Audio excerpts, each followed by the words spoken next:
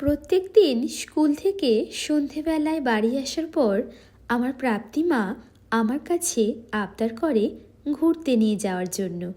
আর আমি কোনো রকম বিরক্ত না হয়েই প্রাপ্তিমায়ের এই মিষ্টি আবদার পূরণ করার জন্য কোনো না কোনো জায়গায় প্রাপ্তিমাকে নিয়ে যাই।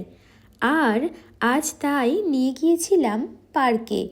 পার্কে গিয়ে আমার প্রাপ্তিমা ভীষণ খুশি, কারণ পার্কে ওর সব পছন্দের জিনিস রয়েছে।